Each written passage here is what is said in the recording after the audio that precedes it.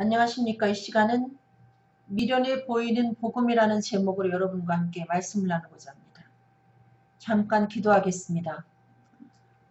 사랑하는 주님, 복음은 믿지 아니하는 자들에게는 어리석어 보이고 미련해 보이지만은 이것을 믿고 받아들이는 자에게는 구원을 주시는 하나님의 능력이 됩니다. 구원을 주시는 복음을 전하고자 이 자리에 있사오니 성령님 인도하여 주시고 오직 성령의 나타남과 능력으로 생명 되신 예수 그리스도를 잘 증가할 수 있도록 축복하여 주시옵소서. 감사하며 예수 그리스도 이름으로 기도드렸습니다. 아멘.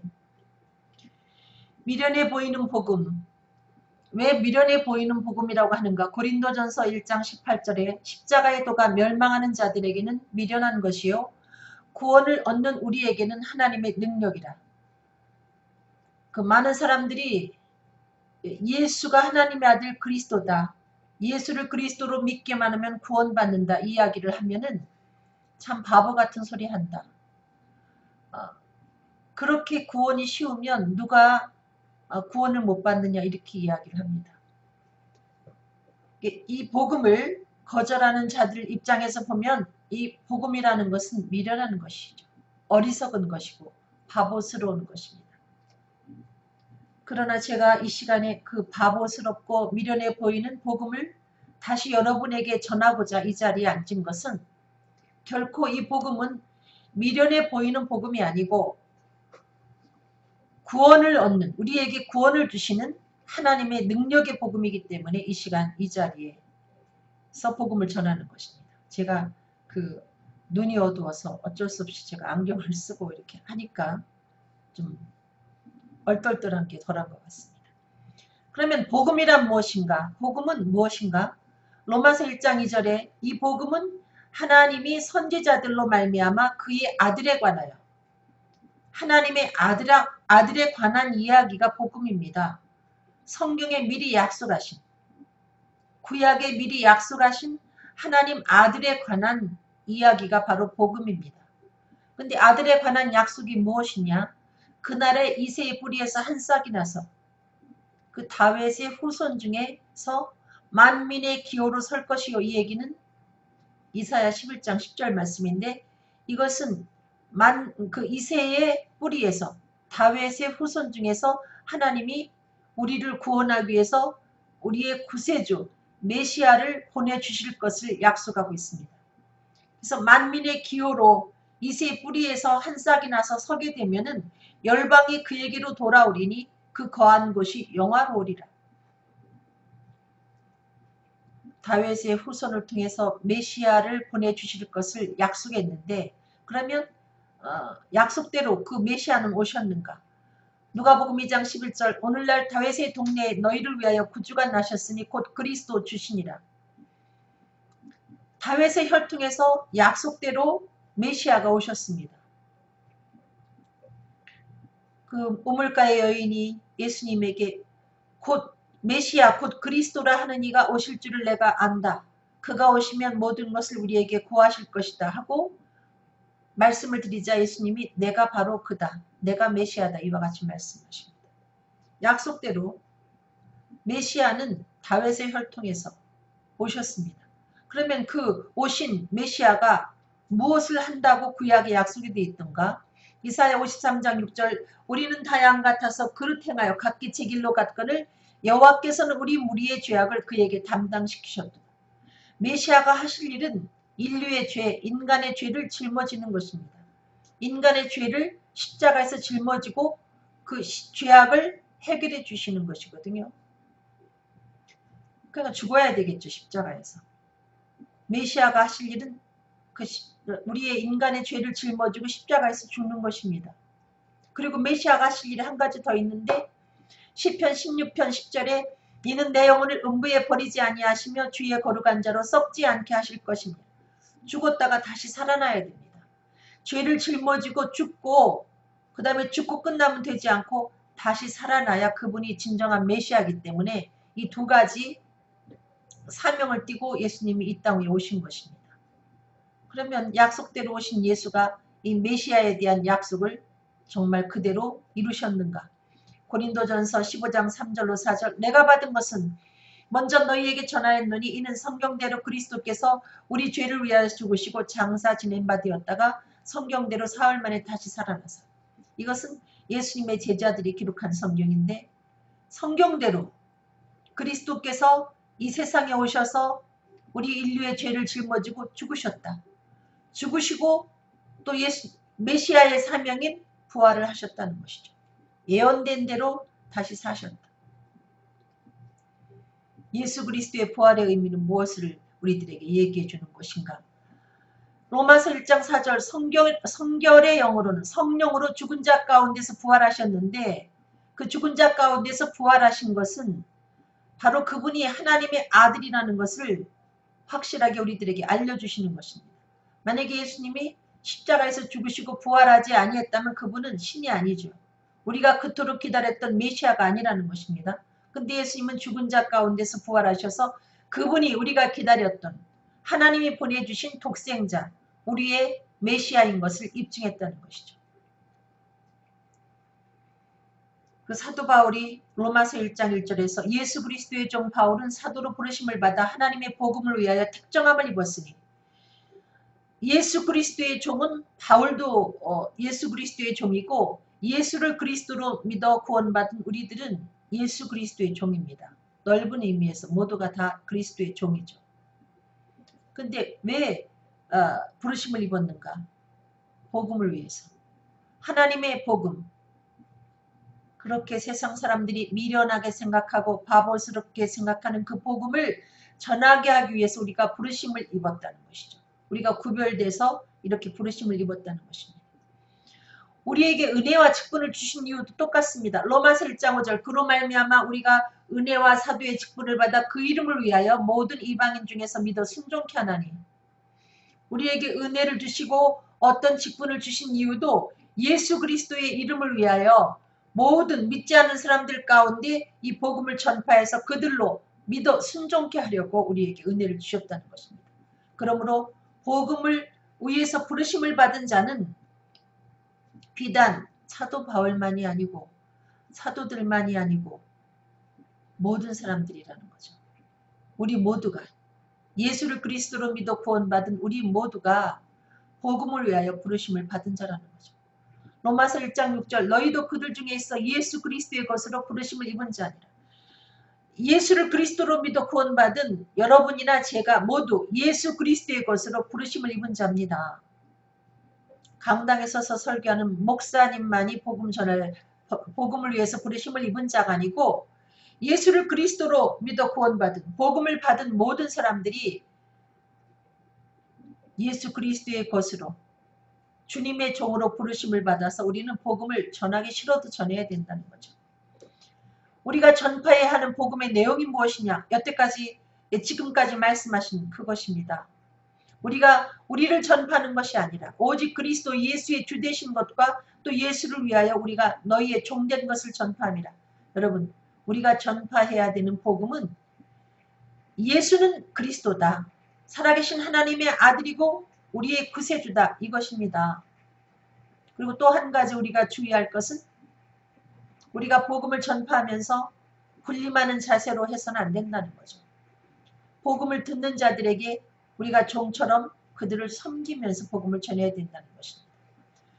어쨌든 복음의 내용은 예수는 살아계신 하나님의 아들이요 우리의 죄를 위해서 죽으시고 다시 사신 우리의 구세주라는 거죠.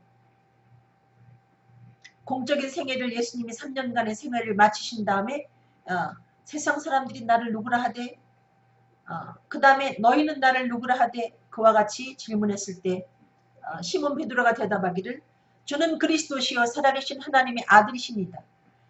여러분 천국은 누가 가는가? 예수를 누구라고 하되 예수님이 질문했을 때 올바른 답을 하는 사람. 입으로만 그와 같은 답을 하는 사람이 아니라 마음으로 믿고 입으로 그와 같은 답을 내는 사람은 그에게 천국 열쇠를 주신다고 주님은 말씀하십니다. 주는 그리스도시요 살아계신 하나님의 아들이라고 고백한 베드로에게 예수님이 너 복 있다. 이것을 내게 알게 하니는 성령이다. 너한테 내가 천국 열쇠를 줄게. 여러분, 이 미련해 보이는 복음을 누구든지 믿음으로 받기만 하면, 그 예수를 나의 구세주로 믿기만 하면 그에게 천국 열쇠가 주어집니다. 여러분, 이 세상 사는 그 집들 많이 신경 쓰지 않아요? 요즘에 그 서울의 한복판에도 뭐 주상복합 아파트라고 해가지고 고층 아파트가 있고, 또 거기 들어가 사는 사람들이 뭐 본인이 굉장한 것처럼, 본인이 아주 특별한 사람인 것처럼 착각을 하고 사는데, 요즘에 가만히 사람들의 삶을 보면은 집을 그 두꺼비가 그 자기 껍데기를 뒤집어 쓰고 사는 것처럼 집을 등에 짊어지고 살아요.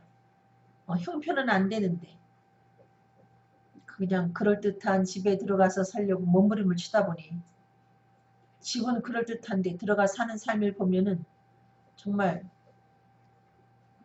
최소한의, 그야말로 너무 어렵게 힘겹게 살아가는 사람을 봅니다. 누구나 이렇게 큰 집에 살고자 하는 꿈을 갖고 있지요. 근데 우리는 이 세상 어떤 그 저택이나 어떤 아름다운 별장이나 아름다운 그와 같은 곳이나 비교할 수 없는 천국이 우리를 위해서 예비되어 있다는 것이죠. 이 복음을 내 것으로 받기만 하면 그에게 이 엄청난 기업이 유업으로 주어진다는 것이죠. 그 엄청난 천국의 상속자가 된다는 것입니다. 이게 바로 복음입니다. 답만 잘 쓰면, 예수가 살아계신 하나님의 아들이고 내 죄를 위해서 죽으시고 다시 사신 나의 구세주라고 마음으로 믿고 이와 같은 답을 할 수 있으면 그에게 하나님의 능력으로 주어지는 구원이 주어져서 이 같은 축복이 임하는 것이죠. 근데 여러분, 교회를 다니면서도 사람들이 주님 뭐 주여 주여 하지만은 실제로 예수를 그리스도로 믿지 못하는 사람이 너무나 많습니다. 예수를 그리스도로 믿지 못한다는 것은 무엇을 말하는가? 예수의 부활을 믿지 못한다는 거죠. 예수를 역사적으로 존재했던 훌륭한 분으로 믿고 예수를 추종하지만은 예수님이 죽었다는 것까지 믿지만 죽은 자 가운데서 다시 사셨다는 그 사실을 믿지 못하고 신앙생활을 하는 사람들이 너무나 많이 있다는 거죠. 근데 예수의 부활을 믿느냐 믿지 못하느냐, 이것은 엄청난 차이가 있습니다. 고린도전서 15장 12절에 그리스도께서 죽은 자 가운데서 다시 살아나셨다 전파되었거늘, 이게 복음입니다. 예수님은 우리 죄 때문에 죽으시고 다시 살아나셨다, 이렇게 전파되었는데 죽었다만 사람들이 기억하고 살았다, 이것을 기억하지 않습니다. 믿지 않습니다. 그럴 때 그들은 죽은 자 가운데서 부활이 없다, 부활은 없다, 우리가 이 세상에서 살고 죽는 것으로 끝이 나지, 한 줌의 흙으로 돌아가서 끝이 나지 그 다음에 내세가 어디 있느냐 하게 되겠죠. 자신의 부활을 믿지 못합니다. 그렇지만 사도 바울은 고린도전서 15장에서 이와 같이 말합니다. 그리스도께서 만일 다시 살지 못하셨으면 우리의 전파하는 것도 헛것이요 또 너희 믿음도 헛것이다. 예수의 부활이 없다면, 제가 이 시간에 이 그 더위에 에어컨 소리 때문에 제가 에어컨도 지금 끄고 복음을 전하고 있는데, 이렇게 바보같이 복음을 전할 필요가 없다는 거죠. 쓸데없는 짓을 하고 있다는 것입니다. 그리고 저는 예수가 부활하신 것처럼 저도 부활할 것을 믿는데 이 믿음이 쓸데없는 거라는 거죠. 헛것이라는 것이죠. 그리스도께서 다시 사신 것이 없으면 너희가 여전히 죄 가운데 있을 것이다. 우리의 죄는 해결받지 못했기 때문에 우리는 다른 그리스도, 다른 메시아를 찾아야 됩니다.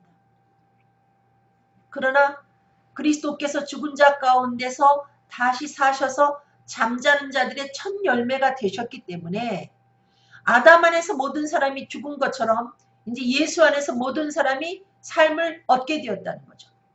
아담 때문에 인류는 죽게 되었습니다. 죄와 허물로 죽었습니다. 하나님과의 교제도 끊어지고 죄값으로 마지막에 영원한 형벌, 둘째 사망에 처하게 되어 있었습니다. 그런데 예수님께서 우리 죄를 해결하고 죽은 자 가운데서 부활하셨기 때문에 그 예수를 누구든지 믿기만 하면은 우리는 다시 부활해서 주님과 함께 영원히 아름다운 곳에서 살 수 있는 축복을 누리게 된 것입니다. 이게 바로 복음입니다. 너무나 황당한 이야기 같아서 여러분이 들으면서도 믿어지지 않겠지만 사실이거든요. 그 사람들이 그 로또 복권을 살 때 아마 처음에 그것이 로또 복권이 세상에 나왔다면은 사람들이 정말 저는 복권을 사보지 않아서 복권이 얼마인지는 잘 모르겠지만 얼마인지는 모르겠어요. 근데 이 복권을 예를 들어서 뭐 1,000원에 산다.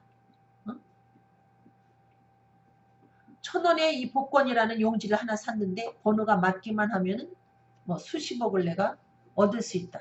그럴 때 처음에 그 사람들이 그 말을 믿었겠습니까? 근데 실제로 그 복권이 정말 그렇게 샀다가 당첨돼가지고 돈벼락 맞아 죽는 사람들도 많이 있지 않아요? 너무나 황당무계한 이야기를 제가 드리는 것 같지만 사실입니다, 여러분. 가만히 인간의 존재를 놓고 여러분 생각해 보세요. 이런 오묘한 인간이 땅속에 묻고 그것으로 한 줌의 흙으로 돌아가서 끝이 나겠습니까? 모든 생물의 그 씨앗이 식물의 씨앗이 땅에 떨어지면 썩고 거기서 다시 싹이 나고 꽃이 피고 열매를 맺습니다. 인간도 마찬가지입니다.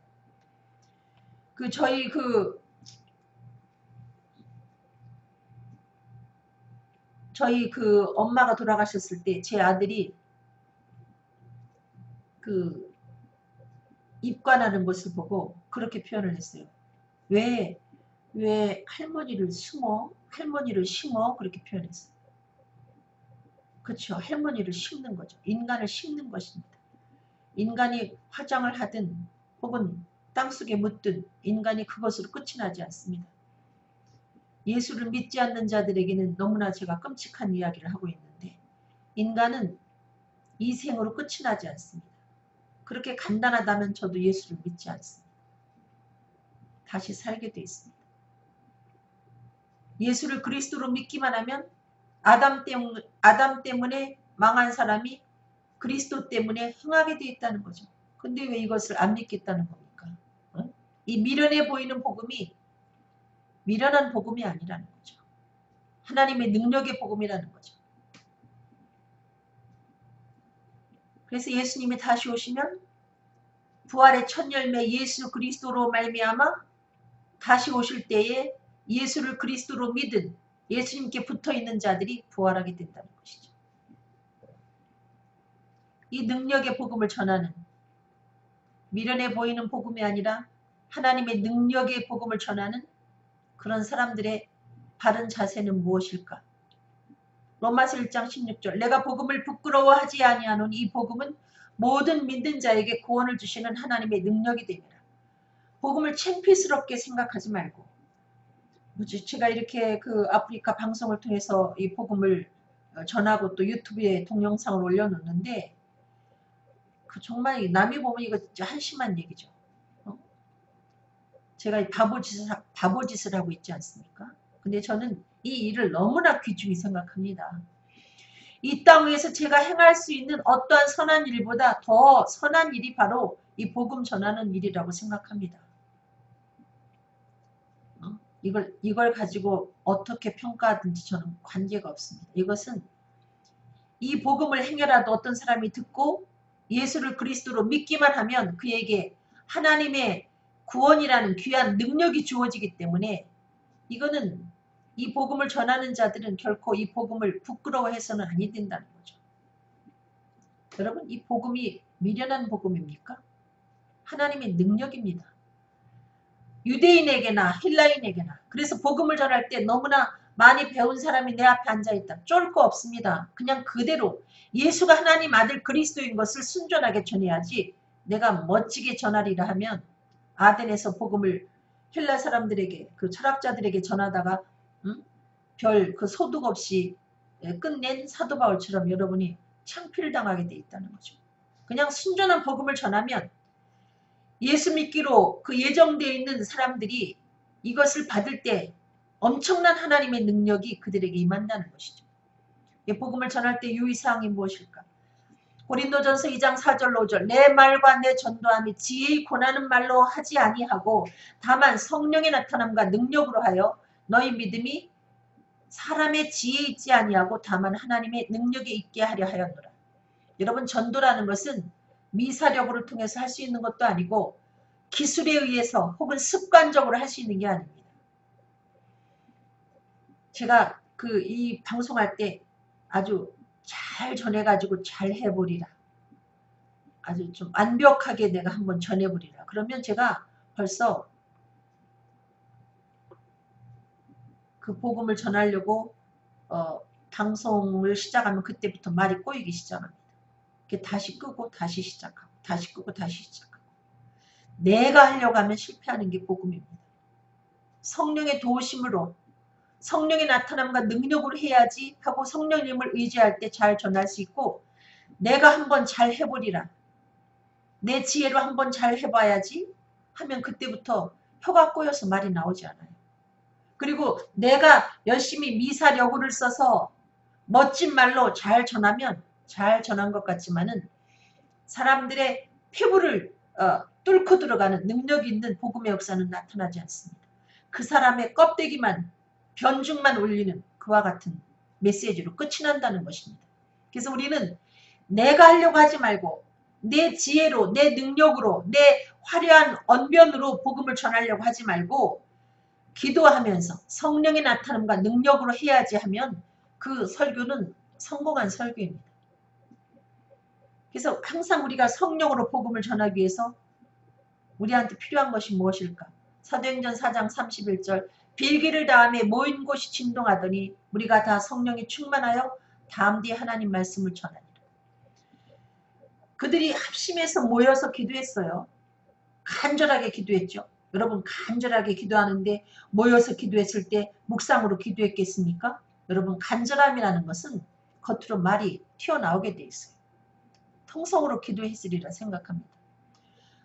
묵상으로 기도한다 할지라도 간절함은 겉으로 노출되게 돼 있습니다. 마치 술 취한 자처럼 보이기도 하고요.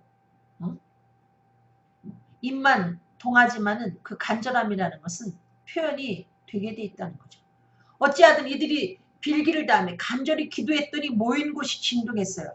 그럴 때 저들에게 성령의 충만함이 임했고 이들은 복음을 부끄러워하지 아니하고 또 복음 때문에 감옥에도 갈 수 있고 목숨을 잃을 수도 있었지만은 목숨을 내걸고 담대히 복음을 전파한 것을 알 수 있습니다. 여러분, 복음 전파할 때는요, 마귀의 방해가 엄청납니다. 제가 예수를 그리스도로 믿고 사는 동안에 최고의 전투는 복음을 전할 때. 제가 복음을 전하는 일을 하지 아니하고 다른 선한 일을 하면은 사람들이 주변에서 잘한다 박수를 칩니다. 근데 제가 복음을 전하려고 이것을 들기만 하면 예수를 잘 믿는다고 하는 사람까지도 태클을 걸고 방해하는 것을 저는 많이 느낍니다. 왜? 이 복음 전하는 것을 방해하는 것은 사탄이죠. 사람이 방해하는 것은 아니죠. 그러나 사람을 통해서 마치 사도 바울이 복음을 전할 때 유대인들이 사도 바울을 죽이려고 하듯이 그와 같이 마귀는 격렬하게 저항합니다. 모래 밑에서 잠자고 있던 그 뱀 같은 마귀들이 복음을 전할 때 고개를 꼿꼿이 세우고 방해하는 것을 느낄 만큼 치열한 그 전투가 영적인 전쟁이 바로 복음 전할 때 나타나는 것입니다. 이게 복음을 확신하기 위해서 필요한 요소. 우리가 복음을 들었는데 이게 복음이 내 것이 되지 않았기 때문에 아직 복음에 대한 확신이 없는 거죠. 교회를 오랫동안 다녔지만 정말 예수가 죽은 자 가운데서 부활했나? 내가 지금 죽으면 천국 가나? 내가 정말 하나님 자녀가 되었나? 죄사함 받았나? 이와 같이 흔들리는 이유는 확신이 없기 때문에 이 복음을 듣고도 내 것으로 만들지 못했기 때문에 내게 그래서 확신을 갖기 위해서 필요한 요소가 무엇인가? 에베소서 1장 13절 그 안에서 너희도 진리의 말씀 곧 너희의 구원의 복음을 듣고 성경 공부하는 목적이 바로 이겁니다. 구원의 복음을 잘 들어야 되죠. 내가 왜 죄인이며 예수가 왜 죽었으며 어떻게 살았으며 이걸 잘 듣고 그 복음을 듣고 여러분이 마음으로 받아들이는 거죠. 완벽하게 100% 믿지는 못하지만 일단 그것을 인정하는 겁니다. 그 안에서 또한 믿어 인정했을 때 준비됐을 때 그래서 물세례를 받고 내가 죄인인 것을 인정하고 예수를 나의 구세주로 믿습니다 고백하고 있을 때에 여러분이 간절히 기도해서 성령을 사모하고 기도하면 약속의 성령이 여러분에게 임해서 인쳐주신다는 거죠. 인쳐준다는 것은 내가 믿는 예수가 사실이다. 그 예수가 진짜 하나님의 아들이고 내 죄를 위해서 죽고 다시 사는 너의 구세주다 하고 확실하게 믿게 해주는 것입니다. 여러분, 복음에 대한 확신은 여러분이 신학적인 책을 통해서 얻어지는 것도 아니고 열심히 성경을 여러분이 계속 읽은다고 해서, 물론 성경을 읽다가 거기서 또 성령을 받아버리는 사람도 있습니다만은 다른 것으로는 안 되고 성령으로, 말씀과 성령으로, 말씀을 통해서 예수를 배웠으면 성령으로 인침을 받아야 여러분의 믿음이 쏟아지지 않는 봉인된 확실한 믿음이 된다는 거죠. 승천하시기 전 그래서 예수님이 다른 거 얘기하지 않고 예루살렘을 떠나지 말고 내게 들은 바 아버지 약속하신 것을 기다리라. 왜? 이 성령을 받아야 여러분이 갖고 있는 지식이 확실한 진리인지 아닌지를 여러분이 확인할 수 있기 때문에 성령은 바로 그 일을 합니다. 내가 배운, 성경을 통해서 배운 예수가 사실이야. 예수가 정말 너의 죄를 위해 죽고 다시 살았어. 너의 구세주야 하고 확실히 마음으로 믿을 수 있도록 도장을 찍어주는 분이 바로 성령입니다. 그러면 얼마 만에 성령을 그들이 받게 되었나요? 사도행전 1장 5절에 요한은 물로 세례 베풀었으나 너희는 몇 날이 못되어 성령으로 세례를 받으리라. 몇 날이 못돼요. 아셨습니까? 몇 달 못돼요. 몇 년 못돼요가 아니죠. 저는 교회 안에서 이 복음의 그 복음 스쿨이 진행이 될 때 그 복음 스쿨에서 예수가 하나님의 아들 그리스도인 것을 확실하게, 내가 왜 죄인이며 예수님이 십자가에서 돌아가신 그 죄를 짊어진 이야기, 그리고 그분이 다시 사신 그와 같은 복음의 내용을 확실하게 제시를 해서 그들이 물세례를 받을 수 있어야 된다고 봐요. 그 복음을 받아들이고 내가 예수를 그리스도로 영접합니다 하고 물세례를 받으면 그 다음에 이제 복음스쿨에서 알려줘야죠. 여러분이 성령을 기다려야 됩니다. 성령 받기 위해서 기도해야 됩니다. 우리가 같이 기도해 주겠습니다 하고 같이 응원을 해야 됩니다. 저도 그 성령을 그 어렸을 때 다니던 교회 부흥에 참석해가지고 마지막 날 새벽에 성령을 받았는데 제가 불같은 성령을 받았습니다. 모인 곳이 진동하는 귀한 역사를 경험했는데 그 성령이 우연히 저에게 임한 것이 아니라는 거죠. 그 교회가 그 부흥회를 앞에다 두고 교인 수는 많지 않았지만은 2달 동안 간절히 준비 기도를 했다는 거죠. 이 교회에 나오는 새 교인이 성령 받기 위해서, 또 본인들도 성령 받기 위해서. 그 결과 정말 제가 이때까지 전에도 보지 못하고 앞으로 후에도 볼까 말까 성령 세례를 경험하고 성령으로 진동하는 역사를 경험하게 됐다는 거죠. 그래서 교회는 기도하면서 응원해야 되죠. 복음을 그들이 말씀을 통해서 배운 것을 확증할 수 있게, 성령을 통해서 내 것으로 만들 수 있게 응원해야 되는 것이라는 것이죠. 그래서 교회는 절대적으로 기도가 필요하죠. 말씀도 가르치고 기도하고. 여러분, 한쪽 날개로 날아오를 수 없죠. 어떻게 한쪽 날개로 날아오릅니까? 전에 그 동물의 세계에서 보니까 어떤 그 철새가 날아가다가 무리 가운데서 낙오가 됐어요. 다른 철새들은 떠나는데 날아가지 못합니다. 이유가 뭔지 아세요?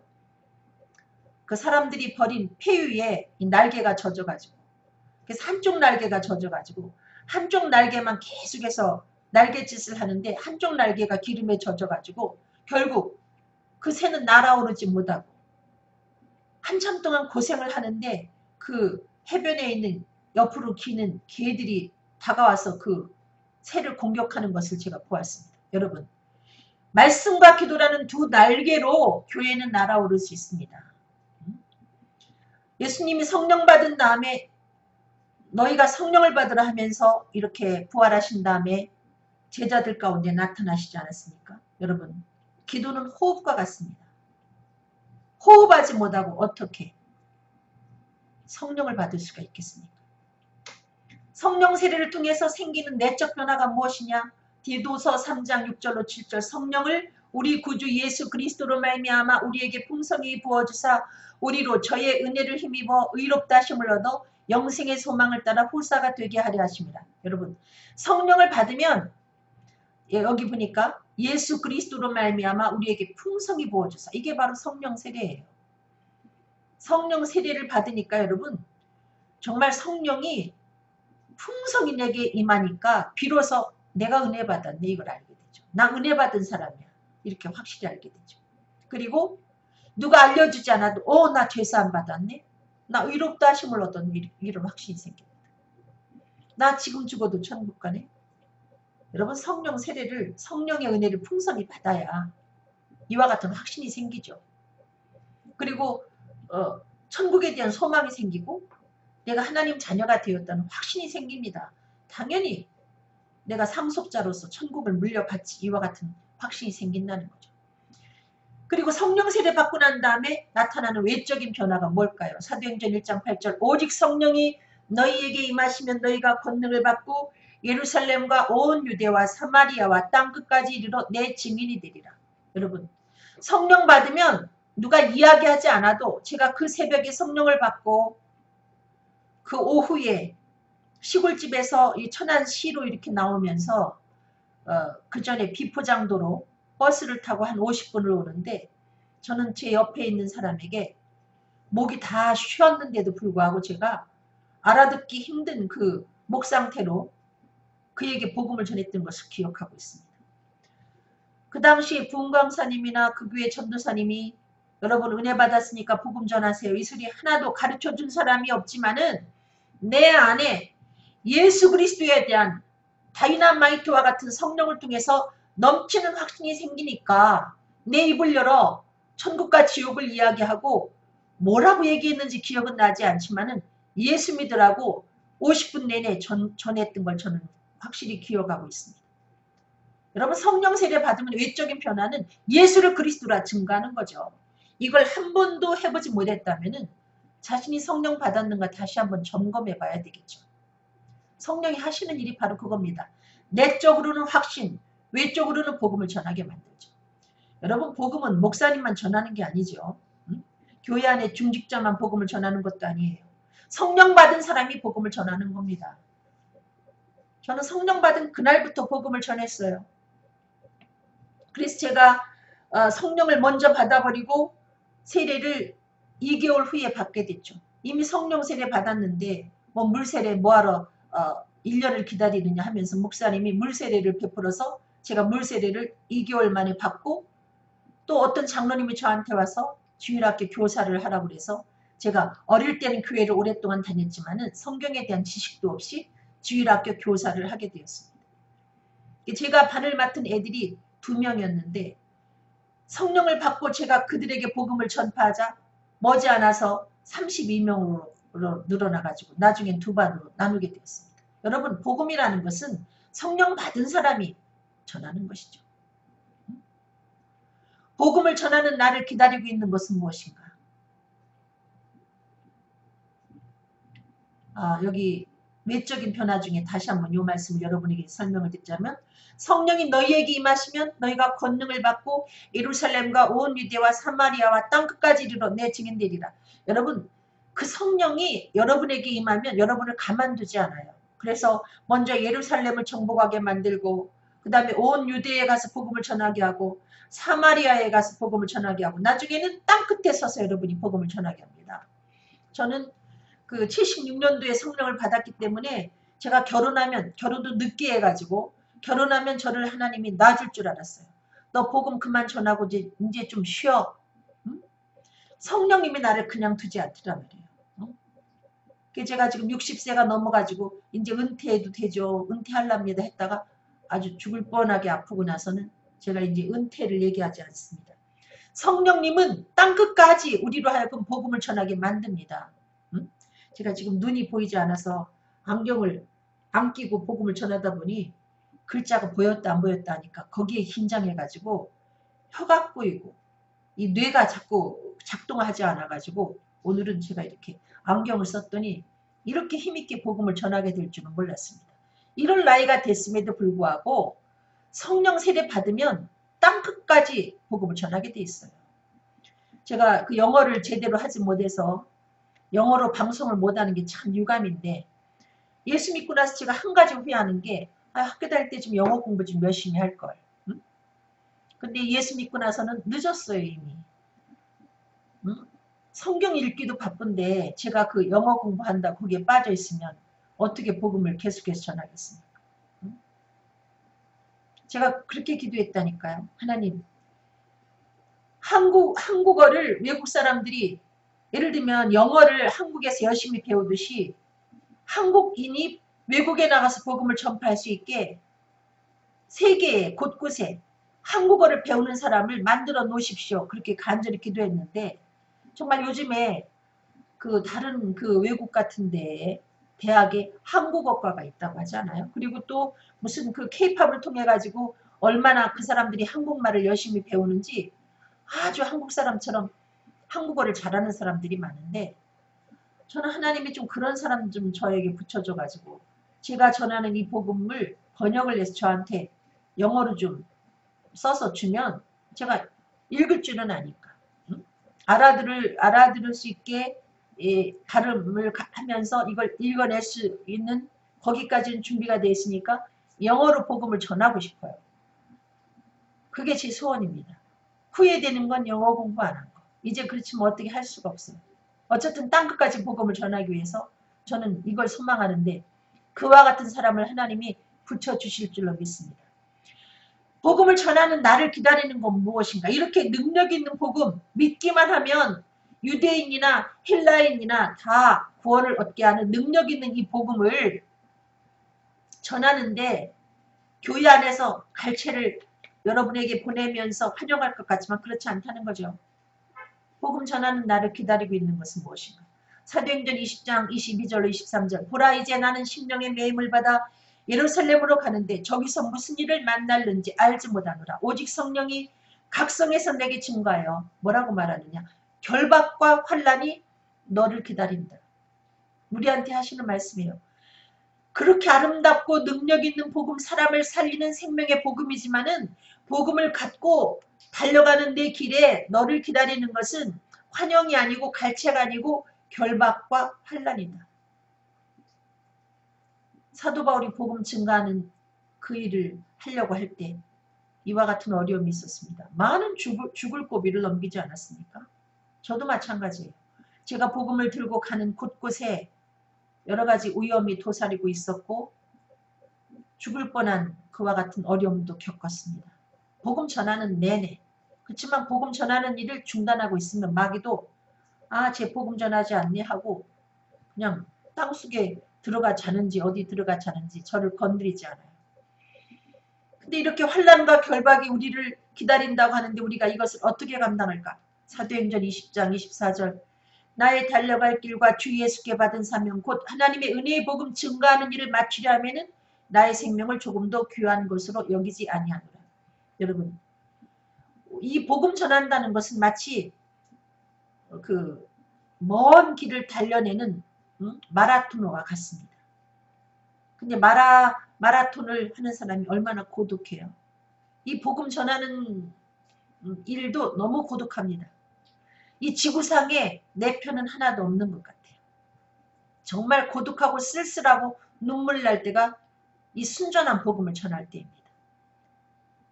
지구상에 저 혼자같이 느껴질 때가 참 많다는 것이죠. 복음을 전할 땐 진짜 고독하죠. 고독한 러너가 됩니다. 마라토너가 되죠.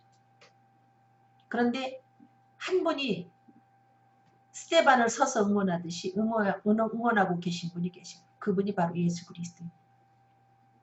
그분이 계속 앞에서 옆에서 뒤에서 밀어주고 잡아당기고 응원해 주십니다. 그래서 우리가 예수 그리스도라는 표대를 향해서 계속해서 질주할 수 있습니다. 그러면서 우리는 힘을 다하여 이 생명의 복음을 전할 수 있는데 이 생명의 복음이기 까닭에 우리의 생명을 걸고 해야 되는 것이죠. 제가 유튜브를 통해서 이렇게 방송을 하면서 제가 원래 겁이 많은 사람이라 내가 이러다가 순교당하면 어떡하지 이런 똥단지 같은 생각이 들 때가 있어요. 제가 겁은 많은 사람이어서 뭐 이렇게 상처가 조금 생겨도 벌벌 떨었지만은 제가 두 아이를 낳을 때 제왕절개를 해서 낳는데 생명이 탄생하는 그 일에는 제가 겁이 없어지더라고요. 죽을 각오를 하는 게 그게 그 어미더란 말이에요. 제가 두 번째 애를 낳을 때 그 수술대 위에 올랐는데 마취를 해도 마취가 되지 않아요.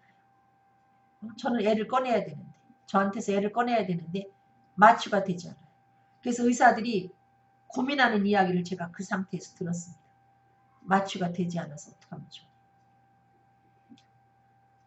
그 소리를 듣는 순간 제 온 몸이 추워지기 시작하는데 소름이 돋으면서 말하자면 겁이 나니까. 그래서 제가 다시 기도했어요. 누운 상태로 속으로 하나님 저를 부탁합니다. 하나님 저를 부탁하니 저에게 은혜를 주시옵소서 하고 기도했더니 다시 몸이 따뜻해지면서 제가 마취가 됐죠. 그래서 아기를 낳았어요. 여러분 생명을 탄생하는 일도 생명을 탄생시키는 일도 생명을 걸지 아니하면 할 수가 없죠. 이 어리석어 보이는 복음, 미련해 보이는 복음은 하나님의 능력입니다. 어떤 사람이 이 복음을 듣고 예수를 그리스도로 믿기만 하면 그는 죄사함을 받고 하나님 자녀가 되는 권세를 누리고 영원한 천국에 들어가서 그 정의롭고 공평하신 예수 그리스도의 통치 속의 아름다운 삶을 영원히 살게 된다는 것이죠. 그와 같이 아름다운 사역이기 때문에 방해도 있지만 우리는 목숨을 걸고 달려가면 결국은 승리할 수 있습니다. 기도하시겠습니다. 사랑이 많으신 아버지, 저에게 이와 같은 용기를 주셔서 이 더위에 생명 되신 예수 그리스도를 전파할 수 있도록 도와주신 아버지 감사합니다. 더 힘있게 복음을 전파할 수 있도록 제게도 은혜 주시고 이 방송을 들으면서 이들이 고민하게 하여 주시옵소서. 정말 천국이 있는가? 예수님이 정말 살아계신 신인가? 고민하고 예수를 영접하는 귀한 역사가 있게 허락하여 주시고 생명을 다해서 복음을 전하는 사람들이 많이 생겨날 수 있도록 축복하여 주시옵소서. 감사하며 예수 그리스도 이름으로 기도드렸습니다. 아멘. 여러분 감사합니다. 사랑합니다.